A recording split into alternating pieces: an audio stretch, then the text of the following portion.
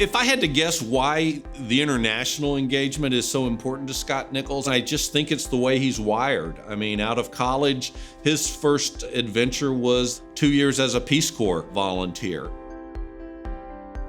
Scott brought a focus and a clarity to the importance of engaging our international alumni. We now have an Asian Alumni Festival. We had an economic forum for BU alumni in Beijing that was conducted entirely in Mandarin. Scott Nichols got here and said, you know what? We need to start knocking on a lot more doors, and they can't just be the doors in New York and Boston. In the late 1990s, CASE was looking to expand outside North America, and the first place to go to was the United Kingdom. He came to that first meeting, I think it was in 1994 that the CASE Europe board was set up. Going to London was kind of relatively straightforward, relatively easy. Going to Singapore was something very, very different. As chair of CASE's International Board Committee, there's no doubt that Scott and the approach that he brought to all of this, that's what really allowed us to get out and do that kind of stuff.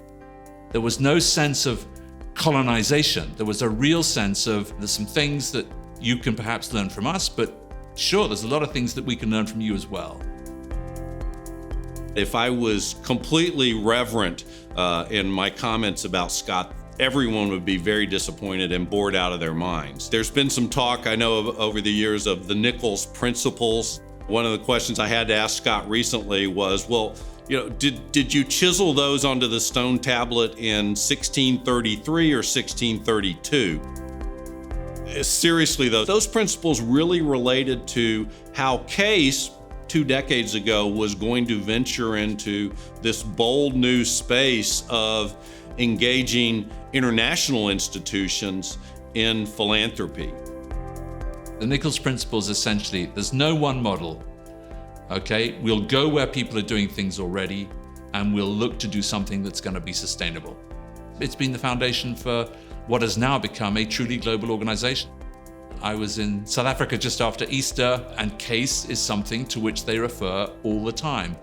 That's the real legacy of what this guy has done for the organization.